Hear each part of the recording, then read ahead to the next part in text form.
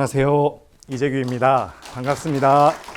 제가 오늘 강연을 한다라고 해서 어떤 분들이 오실까 굉장히 궁금했는데 생각보다 많은 분들이 오셔서 너무 반갑다라는 말씀 드리고 싶고요. 올해 2024년도에 우리나라 시장 굉장히 어렵게 진행이 되고 있습니다. 그래서 고민이 많으실 것 같은데 사실 우리가 이 시장을 볼 때 다수의 투자자분들은 작은 테마에 집중하는 경우가 많거든요. 근데 우리가 큰 매크로적인 변화를 보실 필요가 있다는 말씀을 드리고 싶어요. 그러니까 우리가 2024년도 상반기 때는 요 AI와 관련되어 있는 반도체 종목군들이 굉장히 좋았단 말이에요. 근데 하반기 때는 9월 달에 우리 글로벌 시장에서 가장 특징적인 부분이 하나가 있었습니다. 혹시 뭔지 아시는 분이 계신가요? 9월 달에 굉장히 큰 일이 하나 있었거든요. 아무도 모르시나요? 혹시 손 들어주시면 제가 커피 쿠폰 한번 쏘겠습니다. 안 계세요? 9월 달에 미국에서 4년 만에 금리 인하를 했습니다. 이게 굉장히 큰 이슈거든요. 그래서 금리 인하라는 것이 굉장히 큰 매크로적인 변화를 가져왔고 상반기 때는 그렇기 때문에 반도체 관련주들이 좋았는데 하반기 때는 금리 인하에 대한 수혜를 받을 수 있는 제약바이오가 굉장히 좋았다라는 거죠. 최근에는 약세를 보이고 있지만 이게 시장에서 엄청난 큰 변화를 가지고 오고 있는 부분이거든요. 그렇기 때문에 제가 지금 현재 시점에서 우리 시장, 우리나라 증시에서 가장 중요한 게 뭐가 있을까라고 생각을 해봤더니 요 세 가지가 나오더라고요. 첫 번째는 금리 인하, 그리고 트럼프, 그리고 원화 강세입니다. 제가 여기에 대해서 설명을 좀 드릴 텐데 전혀 어렵지가 않아요. 제가 굉장히 쉽게 준비를 해왔으니까 한번 들어보시면 좋을 것 같고요. 뭐 이건 저의 이력입니다. 한번 읽어보시면 될 것 같아요. 뭐 여러 가지 일을 했죠. 그래서 이런 부분도 말씀을 한번 드려보고요. 자, 바로 제약바이오로 들어가. 우리가 지금 9월 달에 금리 인하가 진행이 됐거든요.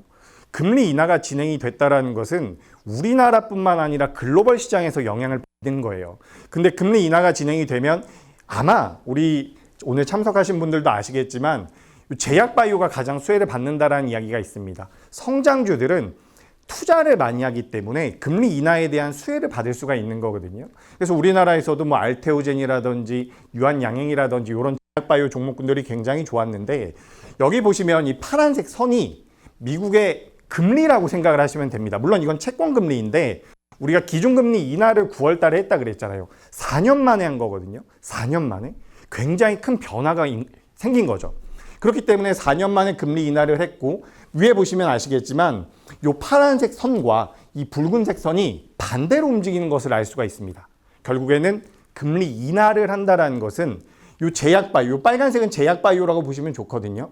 ETF라는 건데 미국의 ETF라는 겁니다. 근데 이게 이제 제약바이오라고 보시면 좋을 것 같고 파란색을 이제 채권금리인데 기준금리라고 생각을 하셔도 좋아요. 이게 반대로 움직인다는 것을 알 수가 있죠. 근데 제가 아까 전에 이런 말씀 드렸습니다.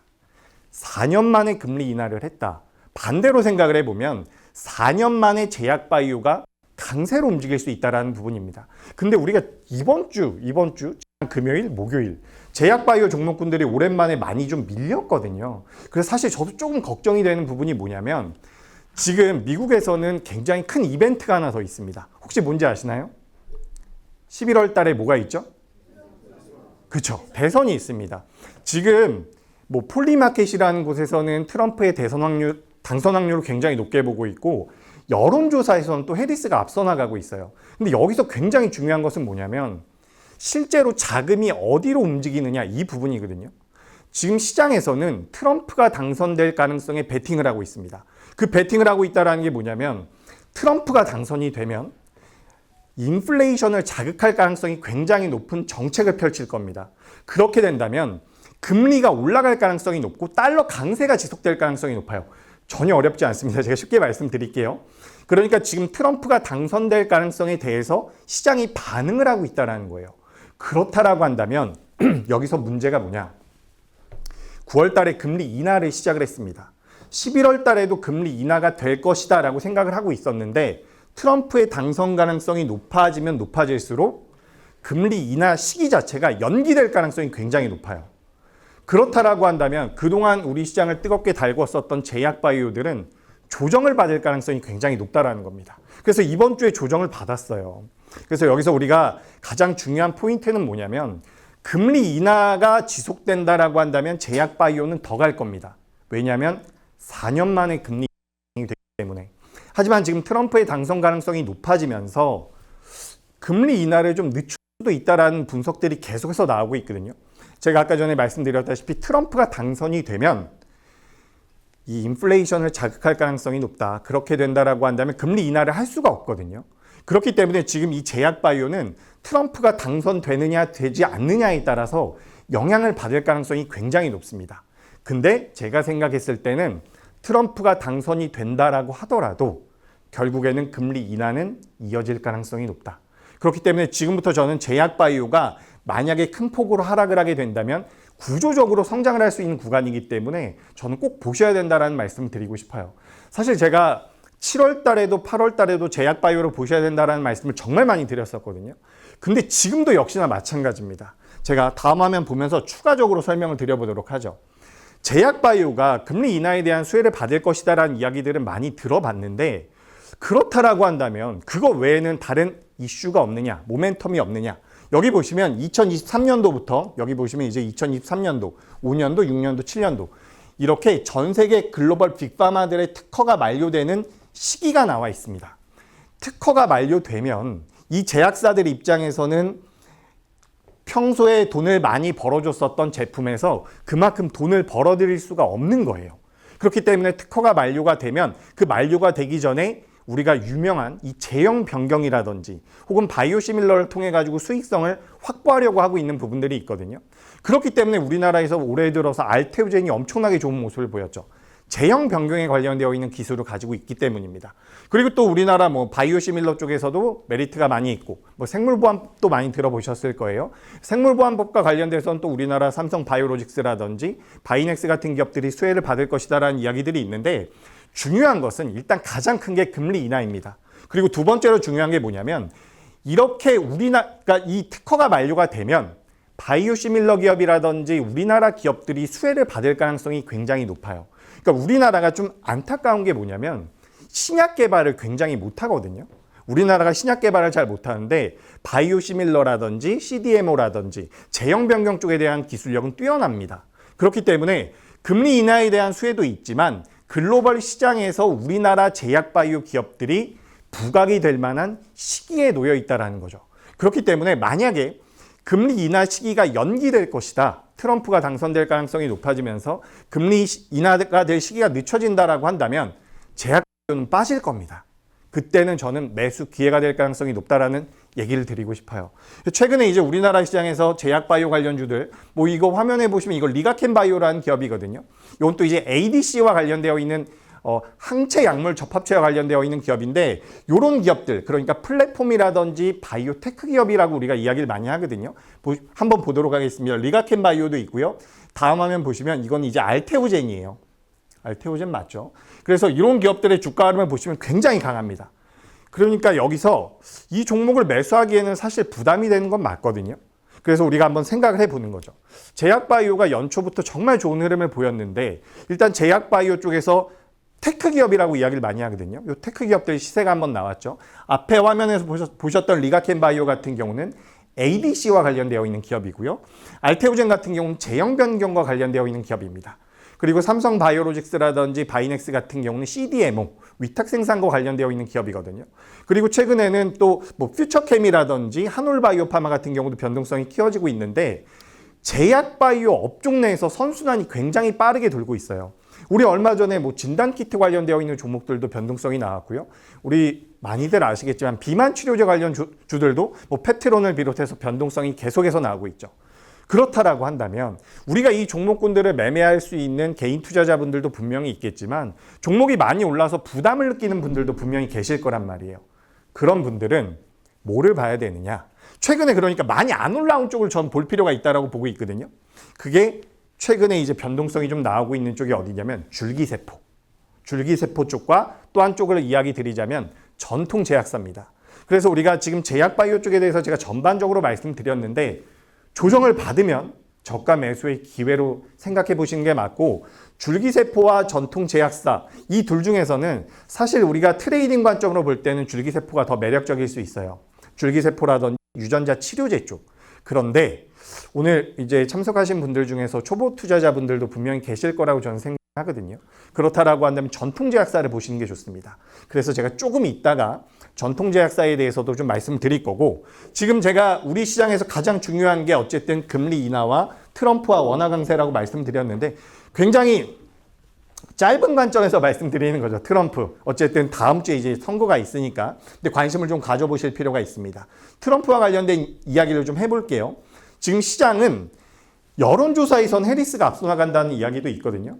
하지만 실제로 시장에서의 반응은 트럼프가 당선될 가능성이 굉장히 높아요. 왜냐하면 해리스가 대통령이 될 경우에 수혜를 받는다라고 이야기가 되고 있는 게 신재생에너지죠. 뭐 풍력이나 태양광이나 이쪽인데 그쪽은 주가가 약하고요. 트럼프가 당선이 된다라고 한다면 뭐 방산 쪽이라든지 가상화폐 쪽, 뭐 STO 같은 것들, 그리고 우크라이나 재건 쪽 최근에 주가 변동성이 잘 나오고 있거든요. 돈이 결국엔 트럼프가 당선될 가능성에다가 베팅을 하고 있다는 거예요. 저는 그러니까 시장에서 분석을 하는 내용들도 굉장히 중요하지만 더 중요한 것은 돈이 어디로 움직이느냐. 전 이 부분이라고 생각을 하거든요. 지금 시장에서는 트럼프가 당선될 가능성에 대해서 계속해서 이야기를 하고 있습니다. 그래서 우리는 트럼프와 관련되어 있는 종목을 볼 필요가 있다는 거예요. 첫 번째는 뭐 LIG 넥스원을 차트를 좀 넣어놨고요. 그 다음에 이제 한화 에어로스페이스의 차트를 넣어놨는데, 요 방산주들 여전히 주가름 잘 나오고 있거든요. 근데 방산주는 제가 항상 말씀드렸던 부분들이, 시간이 너무 빨리 가네요. 그 방산주들 같은 경우는 우리나라가 굉장히 잘해요. 근데 예전에는 이 방산이라는 게 굉장히 큰 금액이 오고 가는 거기 때문에 나라에서 보증을 어느 정도 해줘야 되거든요. 근데 그 보증을 해주는 게 무한대로 보증을 할 수가 없습니다. 그렇기 때문에 이 수출입은행을 통해 가지고 수출입은행의 자본금 규모를 통해 가지고 우리가 도와줄 수가 있는 부분인데, 그 부분에 대한 한도액을 증액을 한 상태예요. 그렇기 때문에 우리나라 방산주들이 예전에는 남한과 북한이 사이가 좀 안 좋아지면 뭐 빅텍이라든지 스페코 같은 기업들이 상한가에 들어가고 이런 변동성을 굉장히 많이 보였었는데, 요즘에는 대형 방산주들이 좋다라는 거죠. 왜냐하면 실제로 수출이 잘 되고 있으니까. 지금 잘 한번 생각을 해보자고요. 러시아에서 우크라이나를 공격했습니다. 이제 동유럽도 공격할 수 있다는 얘기가 나오죠. 단순하게 생각을 해보면 옆에 친구가 군비 증강을 했습니다. 무기로 무장을 했어요. 그럼 나도 안 할 수가 없단 말이죠. 계속해서 군비 증강이 이어지고 있는 부분이라는 거죠. 여기서 우리가 추가적으로 생각을 해볼 부분은, 지금 트럼프가 당선이 될 경우에 군비를 늘리겠다라는 이야기가 나오고 있거든요. 근데 더 늘릴 거라고 이야기가 되고 있는 게 뭐냐면, 원래는 GDP 대비해서 2% 정도의 군비 증액을 하겠다. 2%까지 국방비 예산을 책정을 해라라고 이야기를 했었는데, 이제 그거를 3%까지 늘리겠다라는 이야기를 하고 있습니다. GDP에서 1%라는 것은 엄청난 금액이거든요. 근데 이런 부분에서 우리나라 방산주들이 수혜를 받을 수가 있다는 게 좀 슬픈 이야기이기도 하지만, 우리나라가 굉장히 특수한 상황에 놓여 있잖아요. 우리나라가 어쨌든 북한과의 휴전 상태이기 때문에 무기를 만드는 데 있어서 다른 나라들보다 훨씬 더 납기를 잘 맞춘다라는 부분입니다. 그래서 그런 부분들을 우리가 고려해 봤을 때 대한민국 방산주들 같은 경우는 구조적인 성장을 할 가능성이 높다. 그래서 저는 오늘 참석하신 분들께서도 방산주는 전 연말까지 굉장히 좋을 거라고 보거든요. 만약에 차익 실현이 나온다라고 한다면 전 트럼프가 당선이 되면 차익 실현이 나올 거라고 보고 있어요. 다음 주가 될 수가 있다라는 이야기인데, 만약에 다음 주에 방산주들이 차익 실현이 나온다라고 한다면 저는 그 역시 매수의 기회가 될 가능성이 높다. 이렇게 좀 말씀을 드립니다. 그리고 이제 트럼프와 관련되어 있는 종목 중에서, 업종 중에서 또 하나가 뭐냐면 바로 재건이거든요. 그죠? 재건. GDP가 달라진다. 뭐 1200조 우크라이나 재건 사업에 한국 기업도 관심을. 이렇게 이야기가 나오고 있는데, 제가 앞서서 금리 인하에 대한 수혜를 받을 수 있는 쪽에서 제약바이오 말씀드렸고요. 그 다음에는 트럼프와 관련돼서 방산을 말씀드렸는데, 요건 어떻게 보면 약간은 테마성이 강해요. 그래서 주식 매매를 좀 해보신 분들이 관심을 가져보셨으면 좋겠다라는 거죠. 그래서 우리가 재건, 여기까지 제가 3가지 섹터를 말씀드린 거거든요. 3가지. 제약바이오, 그리고 방산, 그리고 재건입니다. 요 종목군들의, 요 업종들의 성격은 조금씩 다르지만 저는 지금부터 2024년도가 끝나는 시기까지는 이 3가지가 굉장히 중요할 거라고 보고 있어요. 물론 시장에서 관심이 많은 반도체도 있고요. 2차 전지도 있고요. 많이 있는데, 우리가 그런 이야기 많이 하잖아요. 결국에 시장에서 살아남는 분들은 소수입니다. 소수이기 때문에 남들이 관심이 덜한 쪽에서 수익이 날 가능성이 높다라는 거죠. 그런 관점에서 보셨으면 좋겠고, 제가 지금부터 좀 더 디테일하게 한번 들어가 보도록 할게요. 제약바이오는 아까 전에 말씀드렸어요. 그죠? 금리 인하에 대한 수혜를 받을 수가 있고, 이 금리 인하가 4년 만에 지속이 됐다는 거예요. 근데 트럼프가 당선이 되면 금리 인하를 안 할 수도 있어요. 근데 문제는 뭐냐면 결국엔 할 겁니다. 결국엔 금리 인하를 할 거예요. 금리 인하라는 것은 딱 한 번만 하고 끝나는 게 절대로 아니거든요. 지금 절대적인 금리 자체가 높은 것도 있지만 금리 인하라는 것은 우리가 금리 인하기라고 이야기를 많이 합니다. 금리 인하기라고 해서 계속해서 금리 인하를 하는 거예요. 연기가 되더라도 다시 금리 인하를 할 가능성이 높죠. 그렇다라고 한다면 제약바이오가 부각될 가능성이 높다라는 건데, 여기서 이제 제가 종목을 한 개를 준비를 해봤어요. 사실 좀 더 탄력적인 종목들을 준비를 해보려고 그랬는데, 아까 전에 제가 줄기세포와 그리고 전통제약사를 보시는 게 어떻겠습니까? 라고 말씀드렸죠. 사실 저는 줄기세포 쪽에서 하나 준비를 해보려고 그랬는데, 아무래도 좀 우량한 기업들이 나을 것 같아서 제가 녹십자를 좀 준비를 해봤습니다. 자, 이제 투자 포인트를 본다라고 한다면 첫 번째는 전통제약사. 상승 여력이 많다. 지금 알테오젠이라든지 유한양행, 리가켄바이오 같은 경우는 굉장히 안타깝지만 연초 대비해서 엄청나게 올라왔어요. 최근에 뉴스를 보면 가장 많이 나온 내용이 뭐죠? 대한민국 주식 너무 안 좋다. 삼성전자 너무 안 좋다. 근데 우리가 만약에 연초부터 제약바이오를 공략했다라고 한다면 엔비디아보다 더 올랐습니다. 미 중식보다 더 많이 올랐다라는 거죠. 얼마 전에 방산도 마찬가지였어요. 전 세계 주요국들 중에서 ETF 상품을 만들거든요. ETF라는 것은 종목들을 전부 다 편입을 해서 우리가 펀드를 주식처럼 매매할 수 있게 만드는 게 ETF거든요. 근데 전 세계 주요국들 중에서 그 각기의 나라들이 만든 ETF 중에서 우리나라 방산 ETF가 수익률이 1위였다라고 합니다. 그러니까 지금 시장은 굉장히 안 좋은데 방산이나 제약바이오는 수익이 나고 있다라는 거예요. 굉장히 씁쓸한 부분이죠. 근데 우리가 여기서 좀 이제 본론으로 다시 돌아와서 제약바이오 좋단 말이에요. 지금 리가캠도 좋았고 알테오젠도 좋았고 뭐 퓨처캠도 좋았고요. 많이 올라갔는데 녹십자는 많이 못 갔어요. 근데 이게 갈 가능성이 높다라는 것을 제가 설명을 한번 드려볼게요. 일단 여기 우측에 보시면 바이오텍 인력수라고 지금 적혀져 있죠. 여기 보시면 가장 위에 있는 기업이 ADC와 관련되어 있는 뛰어난 기술력을 가지고 있는 리가켄바이오입니다. 그 밑에 알테오젠이 있고요. 쭉쭉쭉쭉. 최근 이제 시장에서 부각된 기업들이 많죠. 삼천당 제약도 있고요. 펩트론도 있네요. 비만 당뇨 관련돼서. 근데 여기 보시면 바이오텍 인력수를 보시면 130명입니다. 리가켄바이오가 가장 많은데 130명. 근데 이 좌측에 보시면 셀트리온이 600명이에요. 며칠 전에 한미약품이 갑자기 급등이 나왔거든요. 우리나라에서 비만 치료제를 유일하게 만들고 있다. 유일하다라기보단 글로벌 임상 1상 결과가 내년에 나오거든요. 그래서 그런 모멘텀들이 시장에 좀 부각이 됐죠. 게다가 최근에는 뭐 티웨이 항공이라든지 고려 아이언이라든지 이런 경영권 분쟁과 관련되어 있는 부분 때문에도 한미약품이 좀 움직임이 나왔는데, 어쨌든 여기 있는 요 기업들이 전통 제약사들입니다. 근데 이 전통 제약사들 같은 경우는 R&D 인력수가 우리가 그동안 올해 상반기부터 급등이 나왔었던 요 기업들에 비해서 훨씬 더 월등히 많다라는 거죠. 그러니까 우리가 생각을 한번 해보자고요. 지금 제약바이오가 굉장히 좋다. 근데 바이오테크 기업들이 엄청나게 움직였단 말이에요. 근데 이 회사들보다 전통제약사들은 R&D 인력수가 더 많다라는 거예요. 이 기업들이 물론 탄력도를 본다라고 한다면 이런 기업들이 더 강할 수밖에 없어요. 시가총액이 작으니까. 하지만 그렇다라고 해서 전통제약사가 못 올라간다라는 것은 앞뒤가 안 맞을 수 있다라는 거죠. 보세요. 인력수도 훨씬 더 많죠. 그리고 여기도 한번 보도록 하겠습니다. 인력수도 훨씬 더 많고요. 투자 금액도 한번 보도록 하죠. 바이오테크 기업들, 리가켄바이오나 알테오젠이나 이런 기업들 397억 원. 전통제약사는 2천억이 넘어갑니다. 이렇다라고 한다면 전통제약사를 우리가 안 볼 이유가 없다라는 거예요. 매매라는 게 좀 부담이 된다라고 한다면 이런 전통제약사를 보실 필요가 있는데, 지금 녹십자 같은 경우는 화면에 보시는 것처럼 요 글로벌 면역 글로불린 시장에서 굉장히 좋은 성과가 기대되고 있는 상황입니다. 그래서 이런 것들은 어쨌든 기업에 대한 내용이기 때문에 제가 조금 간단하게 좀 말씀을 드리고 싶은데, 지금 이제 이 녹십자가 3분기부터 매출이 잡히는 알리글로라고 하는 제품이 있거든요. 근데 그 제품의 가격이 이런 식으로 쭉쭉쭉 올라오고 있다는 거예요. 6.5배가 올라왔다. 매출이 당연히 늘어날 가능성이 높겠죠. 3분기 때도 잘 나왔는데 4분기 때는 더 올라올 가능성이 높고요. 미국에서도 이제 평균 판매 단가가 계속해서 올라오고 있는 부분들이 있습니다. 그래서 이런 부분들을 우리가 고려해 본다라고 한다면 녹십자가 그래도 기업 자체는 탄탄하다. 이렇게 좀 볼 수가 있는 부분이겠죠. 그래서 저는 이 녹십자에 대해서 좀 말씀을 드리고 싶은 부분이고 실제로 조정을 좀 받는다라고 하더라도 충분히 지지를 받고 있다라고 저는 생각이 되고 있기 때문에 녹십자는 전통 제약사 기업으로서 굉장히 메리트가 있다. 이런 말씀을 좀 드리고 싶습니다. 그래서 제약바이오 좀 보시는 게 좋고요. 그중에 녹십자 같은 경우는 안정성도 좀 가지고 있다.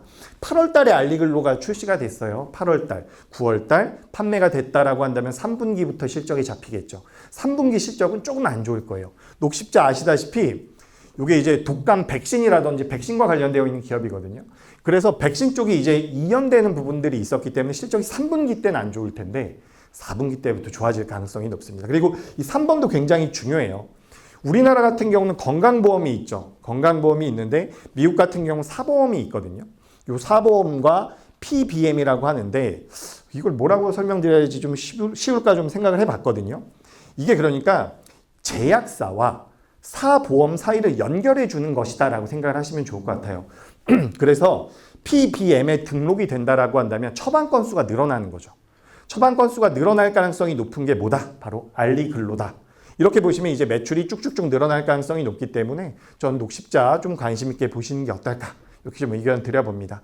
근데 이게 저도 좀 걱정되는 게 있어요. 사실 제가 지난주까지만 하더라도 제약바이오가 정말 좋을 거라고 생각을 했거든요. 근데 지금 트럼프 당선 가능성이 계속해서 올라가고 있는 것 같아요. 그래서 이게 어느 정도 차익 실현이 나온다라고 한다면 그때는 매수의 기회라고 보지만 만약에 미국의 경기가 너무 좋아서 인플레이션이 다시 올라가서 그렇다라고 한다면 조정의 기간 자체는 좀 길어질 수 있습니다. 그래서 제가 아까 전에도 잠깐 말씀드렸던 부분인데 나토 국가 중에서 뭐 GDP 중에 국방비 비중이 2%까지 늘리기로 이야기를 했었거든요. 근데 늘린 국가가 별로 없었어요. 그러니까 트럼프 1기 때 혹은 그 전후로 해서 나토에 속해져 있는 국가들이 GDP 중에서 2%를 국방비로 써야 된다라고 서로 이야기를 했거든요. 근데 실제로 2%까지 늘렸던 국가가 별로 없어요. 근데 러시아랑 우크라이나가 전쟁을 하고 수출 대상국의 GDP 대비 여기 보세요. GDP 대비 방위비 변화. 이게 폴란드고요. 폴란드가 만약에 군비 증강을 하게 되면 다른 나라들도 할 수밖에 없어요. 생각을 한번 해보자고요. 북한에서 갑자기 미사일 엄청나게 삽니다. 그럼 우리도 사야겠죠. 이런 구조적인 변화가 방산 쪽에서 일어나고 있다는 거예요. 지금 중동 같은 경우는 이미 GDP 대비해서 4% 정도가 군비로 나가고 있거든요. 중동 쪽에서도 지정학적 리스크 계속해서 나오고 있죠. 그 부분에서 우리가 투자 아이디어를 얻을 수가 있는데 우리나라 기업들이 원래 저 폴란드를 통해 가지고 동유럽 쪽에다가 수출을 하다가 최근에는 중동 쪽에도 매출이 많이 나오고 있어요. 근데 여기서 특징적인 게 뭐냐면 이거는 방송에서도 그렇고 많이들 안 다루신 것 같은데 우리나라 방산 기업들이 이제 공산국가에도 수주를 받아내기 시작을 했습니다. 그게 무슨 공산국가? 그러니까 우리가 원래는 러시아라든지 중국 쪽에서 수입을 해서 썼었던 나라들에도 수출을 하기 시작을 했다는 거예요. 그만큼 우리나라 무기 체계들이 굉장히 강하다라는 부분이고 그런 부분들이 실제로 구조적인 성장을 통해서 올라올 가능성이 높다라는 거죠. 그래서 저는 방산 쪽을 좀 보셔야 되는데 우리가 이제 LIG 넥스원, 현대로템, 뭐 한화 에어로스페이스 기업들 많은데 상승 여력만 보고서 제가 준비를 했거든요. 바로 한국항공우주라는 기업입니다. 방산산업의 구조적인 성장, 그리고 뭐 FA50 수출 확장 기대감, 동종 업체 대비 저평가. 그래서 이 부분은 제가 아까 전에 잠깐 말씀드렸던 부분이에요. 세계 주요국의 수익률 1위 주식형 ETF에서 우리나라 방산이 1위를 했다라는 겁니다. 근데 여기서 우리가 생각을 해볼 게 하나 더 있어요. 그게 뭐냐면 외국인들이 대한민국을 봤을 때는 글로벌 시장에서 경쟁력이 있는 쪽을 볼 수밖에 없거든요. 우리가 예를 들어서 대한민국에서 뭐 예를 들어서 A라는 산업을 잘하고 있다. 근데 외국인들이 우리나라를 봤을 때는 그 A라는 산업에서 대한민국이 전체 시장에서 차지하고 있는 그런 점유율이라든지 비중을 보는 거거든요. 우리나라가 전 세계에서 가장 잘하는 게 뭐죠? SK하이닉스, HBM, 그죠? 2차 전지, 우리나라 잘하고 있죠. 물론 중국이랑 대립 관계도 좀 있지만 그리고 아까 전에 제약바이오도 뭐라고 말씀드렸어요. 바이오시밀러 우리나라 굉장히 잘해요. CDMO도 우리나라 굉장히 잘하거든요. 결국에는 우리가 해외에서 봤을 때 대한민국에서 무엇이 메리트가 있을까라고 한다면 방산 쪽이 메리트가 있을 가능성이 높은 거예요. 그래서 방산 쪽을 좀 보시는 게 좋을 것 같고, 실제로 외국인들도 우리나라 방산 쪽에서 계속해서 물량을 주워 담고 있습니다. 그래서 여기도 보시면 이제 신규 방산 수출 수주액이 계속해서 올라가고 있죠. 일시적으로 좀 꺾이는 모습도 나왔지만 계속해서 올라오는 모습들 매력적이다. 그리고 이제 한국항공우주 같은 경우는 보시다시피 헬리콥터라든지 경비행기 이런 것들을 많이 생산을 하고 있거든요. 근데 여기 보시면 굉장히 재밌는 게 수주가 대부분 조 단위예요. 조 단위. 엄청나게 크죠. 이 회사가 시가총액이 5조 전후거든요. 그럼에도 불구하고 이런 수주가 나오고 있다는 것은 어쨌든 기술력이 부각될 가능성이 높다라는 관점에서 좀 보셨으면 좋겠고, 뭐 폴란드, 말레이시아, 아랍에미리트, 이라크 계속해서 우리나라 제품들을 수주를 하고 있는 부분이거든요. 그리고 또 중요한 게 뭐냐면 판매를 했는데 요즘에 그런 얘기 많더라고요. 우리 원전 수주했잖아요. 체코 쪽에서. 원전 수주했는데 우리가 헐값으로 수주했다라는 말들이 많았죠. 그게 바로 영업이익률이 안 나온다라는 거거든요. 근데 여기 보시면 아시겠지만 한국항공우주라든지 방산주 같은 경우는 방산주 말고 한국항공우주 보시면 영업이익률입니다. 내가 판 거에서 얼마만큼이 남느냐를 우리가 영업이익률이라고 생각을 하시면 좋은데 계속해서 올라오죠. 결국에는 지금 헐값으로 판 것도 아니고 제값을 받으면서 글로벌 시장에서 인정을 받고 있다는 부분입니다. 그래서 저는 방산주도 좀 보시는 게 좋을 것 같아요. 그래서 최근에 주가 흐름 이런 식으로 진행이 되고 있는데 이거는 월봉이에요. 월봉이라서 이걸 더 길게 보면은 굉장히 저점대 같기도 하거든요. 그러니까 저는 방산주 좀 눈여겨보셨으면 좋겠다. 그리고 방산주는 제가 지금 트럼프 당선 가능성에 대해서 말씀드렸는데 해리스가 당선돼도 마찬가지예요. 지금 화면에 보시는 게 캐터필러의 주가입니다. 올해 연초부터 계속 올랐어요. 우크라이나 재건이든 뭐 건설기계 모멘텀이든 올라왔는데 우리나라 건설기계라든지 진성TC는 많이 못 올라왔거든요. 여기 한번 보도록 하죠. 주가 흐름이 대부분 비슷하게 갑니다. 위에 있는 이 연한색이 캐터필러고요. 밑에 있는 색이 이 초록색이 진성TC인데 같이 가다가 최근 들어서는 반대로 가죠. 반대로 가는 걸 우리가 뭐라고 하죠? 탈동조화. 영어로 하면 디커플링이라고 하죠. 요즘엔 디커플링이 너무 많이 되고 있어요. 그래서 저는 만약에 우크라이나 재건 쪽에 대해서 나는 정말 좀 정석 투자를 해보고 싶다라고 한다면 이 진성TC 한번 봐보시는 게 어떨까? 저는 이런 생각을 하고 있습니다. 그래서 이제 우리가 전체적으로 좀 이야기를 짚어봤죠. 지금 시장에서 가장 큰 트렌드는 금리 인하. 그리고 다음 달까지만 놓고 본다라고 한다면 트럼프. 이렇게 저는 생각을 하고 있거든요. 그러니까 우리가 아까 전에 제가 이런 말씀 드리지 않았습니까? 우리가 연초에는 AI 쪽이 모멘텀이 되면서 반도체가 좋은 모습을 보였죠. 근데 여기서 큰 변화가 있는 거예요. 그러니까 우리가 주식 투자를 할 때 매번 변화가 있는 게 아니거든요. 큰 변화라는 것은 매크로적인 변화예요. 제가 여기 좀 더 설명드리고 싶은데 매크로적인 변화가 있다는 거죠. 근데 우리가 9월 달에 금리 인하를 처음 시작하면서 제약바이오가 올라온 거예요. 제약바이오뿐만 아니라 2차 전지도 올라왔거든요. 그게 바로 금리 인하에 대한 수혜를 받을 수 있는 종목들. 근데 요즘에 그 종목들이 빠져요. 왜냐하면 금리 인하를 늦출 가능성이 높아지니까. 결국엔 트럼프가 될 가능성이 높아지니까.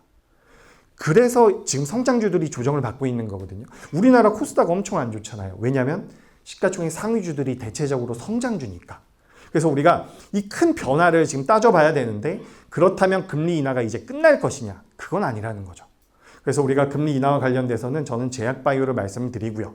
그리고 트럼프 쪽에 대한 모멘텀 같은 경우도 전 사실 여론조사도 안 믿고요. 예전에 트럼프 당선될 때도 트럼프가 당선 안 될 거라고 이야기했었거든요. 근데 실제로 당선이 됐죠. 그래서 저는 여론조사 많이 안 믿는데 아까 전에도 말씀드렸던 것처럼 저는 자금의 흐름을 믿습니다. 지금 글로벌 시장에서 자금의 흐름은 트럼프가 당선될 가능성에 베팅을 하고 있어요.